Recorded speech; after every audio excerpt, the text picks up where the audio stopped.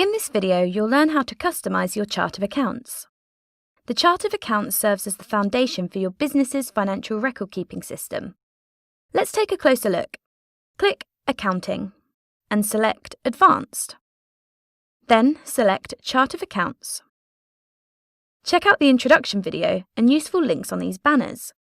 When you're done, click the X to remove them. Xero provides you with a default chart of accounts. Think of this as a filing cabinet with drawers and folders. Each account type represents a drawer, and each account code is a folder. There are 5 account types in the chart of accounts. Revenue is money your business earns from the sales of products and services, as well as other revenue such as interest income. Expenses is money your business spends to produce the goods or services that you sell, for example, advertising costs and bank fees. Equity is what the owners or stockholders of your company fully own. Liabilities are the amounts that your business owes to others, for example, supplier bills and employee expense claims. And finally, assets. These are the tangible and intangible items of value that your business owns, for example, office and computer equipment. You have the flexibility to tailor the chart of accounts to best suit your needs. Review it and decide if you need to add or remove any accounts. For example, you want to create an account to track money spent on contractors.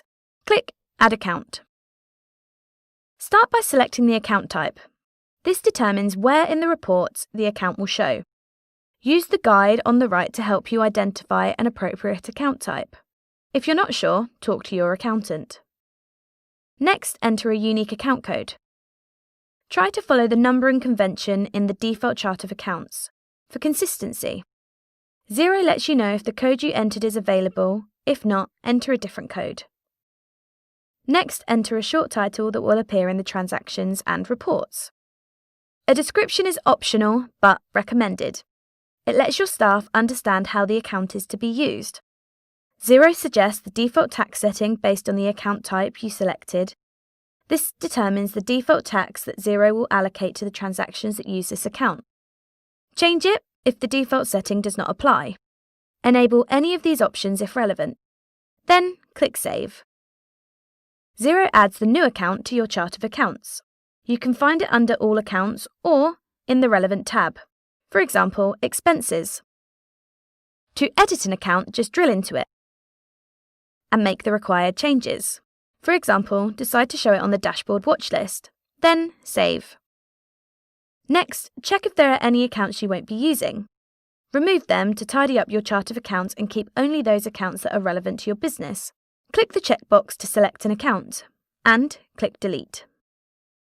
If there are transactions coded to this account, Xero will archive it instead. The account will continue to show on reports so you don't lose any information. Click OK. If you're not sure how to review and customize the chart of accounts, talk to your accountant to get some help. You also have the option to import a chart of account from your old accounting software. Go to Xero Central to find out more about this process.